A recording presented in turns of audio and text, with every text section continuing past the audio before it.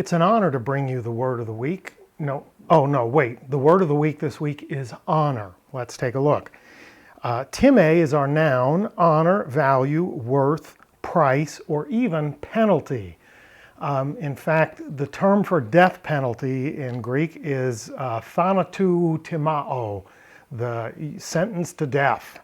And our verb brings us to our verb, timao, which is I honor, I value, I ascribe worth, etc. This started out as a material thing. An honor was a literal gift. It was something being given to someone, an award, a prize. There are several concrete examples in the Gospels, the first being the gifts of the wise men brought to the newborn Christ, gold, frankincense, and myrrh. It is an honor to a king. And another example is the very expensive perfumed ointment that Jesus' feet is anointed with.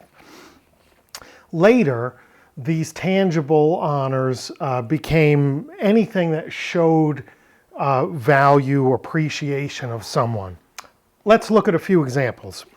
First up, Romans chapter 13, verse 7. This is from the ESV with the Koine supplied.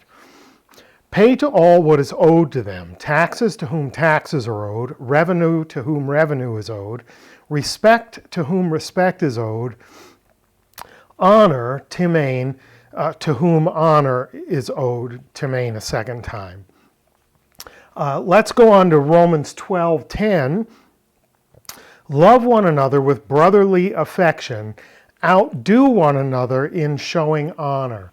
I like the way the ESV translated this, outdo one another in showing honor. But let's look at what it literally says in that last phrase.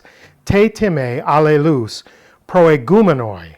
So proegumenoi is a participle, and it literally means giving lead, or while giving lead. While giving lead to whom? Allelus, one another. So in the dative case, we get te time, in honor, giving lead to one another, giving one another lead. In honor, giving one another lead. What does that mean? Well, let's go back to what the ESV said. Outdo one another in showing honor. So imagine two people approaching a doorway. After you. No, by all means after you. Outdo one another in showing honor, giving lead to one another as a means of showing honor. No, after you. You go first. Surely you take the big piece. Hey, why don't you take this comfortable seat and I'm just going to sit on the folding chair in the back here. Showing honor to one another by putting the other ahead of yourself. Pretty interesting. You can never go wrong showing more honor. You won't get embarrassed by showing more honor to the other than you take upon yourself, right? Jesus said, if you get invited to a feast, when you get there, don't go straight to the good seats, take one of the cheap seats in the back, because it's better for them to come and get you and bring you forward than for you to get bumped out of the good seat in favor of someone else, right? Pretty interesting stuff. Let's go on to John 4:44. For Jesus himself had testified that a prophet has no honor, timain, in his own hometown. So never forget that familiarity breeds contempt. The person who showed you honor at one point, when they get to know you, may not do so anymore. I always like to say to people, folks who changed your diapers have a hard time taking advice from you, right? So familiarity breeds contempt. Even Jesus says it applies to himself. A prophet is without honor in his own country, in his own hometown, because those folks saw him grow up. Those folks have a familiarity that makes it more difficult for them to recognize him for who he is. Finally, let's take a look at being honorable. This is from 2 Timothy chapter 2, verses 20 and 21. Now, in a great house, there are not only vessels of gold and silver, but also of wood and clay, some for honorable use, timain, some for dishonorable, which is atemion. Therefore, if anyone cleanses himself from what is dishonorable, let me pause for a second. The word dishonorable does not appear here in this verse. It's literally two-tone, cleanse himself from these things, two-tone, these things.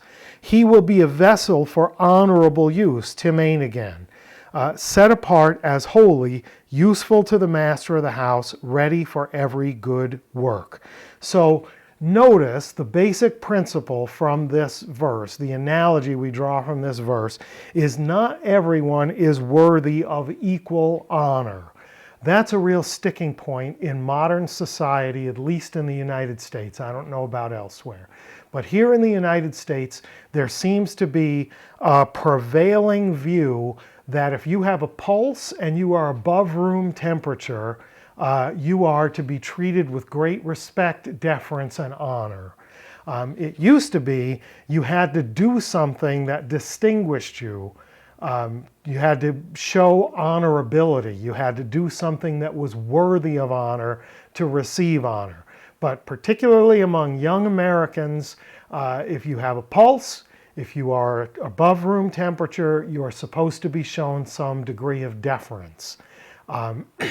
Paul clearly, in writing to Timothy, didn't agree with that notion. He says there are some vessels that are made of gold and silver and that are set aside for honorable use.